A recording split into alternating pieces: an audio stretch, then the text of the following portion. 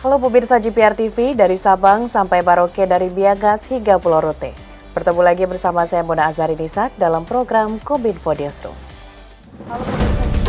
sampai Merauke. Pemirsa, mengawali informasi, Presiden Joko Widodo mengajak seluruh kepala daerah untuk bekerja sama menghadapi ancaman inflasi.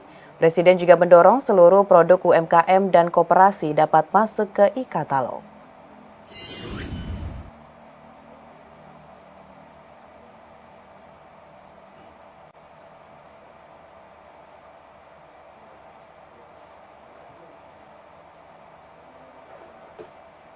Pemirsa, mengawali informasi pertama, Presiden Joko Widodo mengajak seluruh kepala daerah untuk bekerja sama menghadapi ancaman inflasi.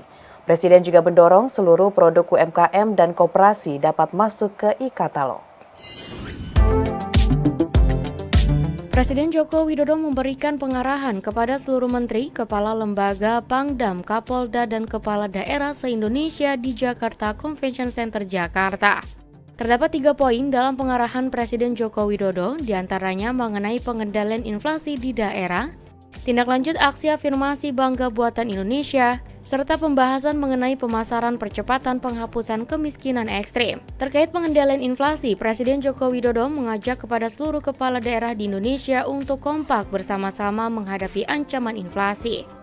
Kita harus kompak, harus bersatu dari pusat, provinsi, kabupaten, kota, sampai ke bawah.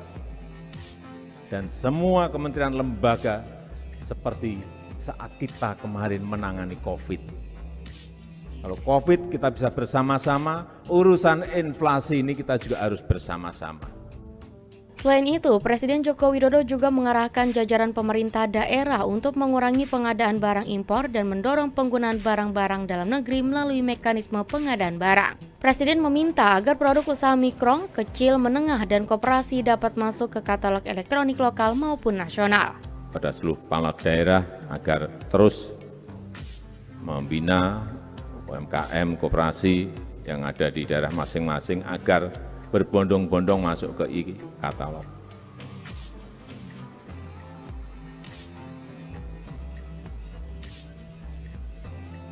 Di pertemuan yang lalu saya menyampaikan, kalau nggak cepat-cepat mau saya buka semua angkanya. Kementerian mana, daerah mana yang belum mengarah ke sana. Komisi 3 DPR RI resmi memilih Johanis Tanak sebagai pimpinan Komisi Pemberantasan Korupsi, menggantikan Wakil Ketua KPK Lili Pintauli Siregar. Terpilihnya Johanis usai fit and proper test yang berlangsung di Komisi 3 DPR Rabu 29 September 2022.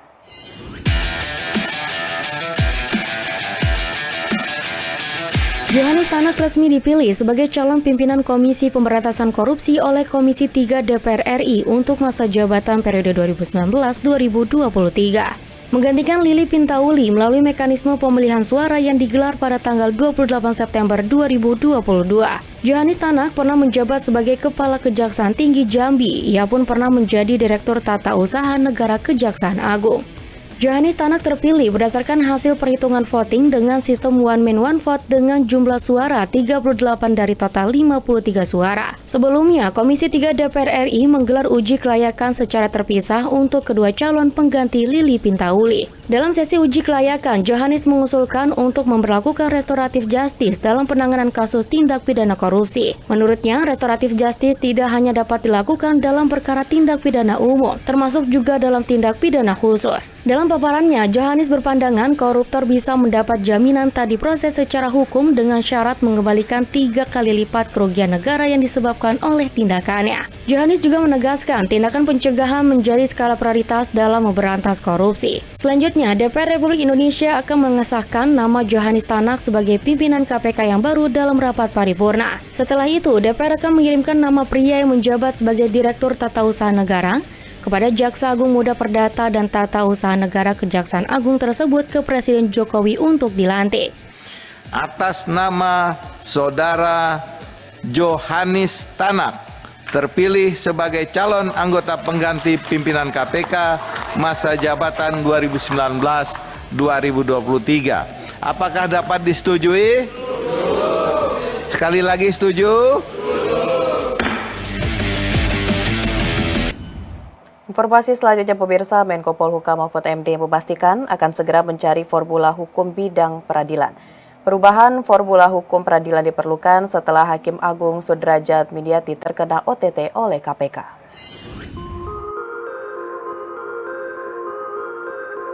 Menindaklanjuti perintah Presiden Joko Widodo terkait reformasi hukum dalam menjaga integritas lembaga peradilan, Menteri Koordinator Bidang Politik, Hukum, dan Keamanan Mahfud MD menjelaskan perlu adanya reformasi hukum di bidang pengadilan. Hal ini dilakukan sehubung ditetapkannya Hakim Agung Sudrajat Dimyati sebagai tersangka dalam kasus dugaan suap pengurusan perkara di Mahkamah Agung. Menurut Menko Polhukam, pemerintah selama ini sudah berusaha mendorong berbagai blokade di lingkungan pemerintah untuk memberantas mafia hukum. Namun, seringkali ditemukannya upaya penegakan hukum yang semakin menurun terutama di lembaga yudikatif. Oleh karena itu, Mahfud menegaskan akan segera berkoordinasi dengan para pakar dan lembaga penegak hukum untuk merumuskan formula reformasi hukum peradilan sesuai arahan Presiden Jokowi yang memungkinkan secara konstitusi dan tata hukum Indonesia. Berkenaan dengan perintah Presiden kepada saya itu, maka saya akan segera melakukan koordinasi untuk menemukan formula yang tepat melakukan reformasi hukum, karena kita tidak bisa sembarangan membuat satu aturan, membuat satu langkah padahal itu ada di ranah yudikatif. Seperti halnya kita tidak bisa sembarang masuk ke ranah legislatif karena itulah konstitusi kita. Tapi saya akan segera mencari formula bersama para pakar, LSM dan sebagainya untuk berdiskusi. Mari cari jalan keluar yang baik. Lalu sesudah itu tahap berikutnya akan bicara dengan tentu para lembaga-lembaga penegak hukum agar apa yang kita kerjakan itu bisa diserap, dan sesudah itu akan diumumkan secara lebih konkret apa saja yang akan kita lakukan. Presidensi G20 telah menyelenggarakan rangkaian pertemuan Digital Economy Ministers Meeting dan Digital Economy Working Group sejak 29 Agustus hingga 5 September 2022. Menteri Komunikasi dan Informatika Johnny G. Plate menyampaikan komitmen Indonesia menyediakan konektivitas digital yang terjangkau dan aman bagi seluruh masyarakat melalui Smart Village dan Smart Island. Pemerintah Republik Indonesia menghargai dukungan International Telecommunication Union dalam rangkaian pertemuan kelompok kerja ekonomi digital Presidensi G20 Indonesia, terutama pada inisiatif penyusunan Smart Village dan Smart Island sebagai salah satu deliverable nyata Digital Economy Working Group Presidensi G20 Indonesia. Menteri Komunikasi dan Informatika Johnny G. Plate dalam ITU Plenipotentiary Conference 2022 di Palace of Parliament Bukares, Rumania menyampaikan bahwa Indonesia berkomitmen untuk menyediakan konektivitas digital yang terjangkau dan aman bagi seluruh masyarakat. Menkominfo menyatakan rangkaian kegiatan DIMM di IWG G20 yang diselenggarakan di Bali sejak tanggal 29 Agustus hingga 5 September 2022 telah mencapai kesepakatan yang komprehensif sesuai 3 isu prioritas, yakni pemulihan pasca pandemi COVID-19, digital skills dan digital literasi, serta cross-border data flow dan data free flow with trust dengan prinsip manajemen data. Konferensi PP2 merupakan badan pembuatan keputusan tertinggi ITU. Dalam pertemuan tingkat tertinggi ini, 193 negara anggota akan menyepakati rencana strategis dan keuangan, kepemimpinan, serta arahan ITU untuk 4 tahun ke depan. Indonesia highly appreciate the support of the ITU on Smart Village and Smart Islands initiative as one of the Digital Economic Working Group concrete deliverables. As a nation of vast islands, Indonesia is ever committed to providing an inclusive, affordable, and secure digital connectivity all throughout the archipelago.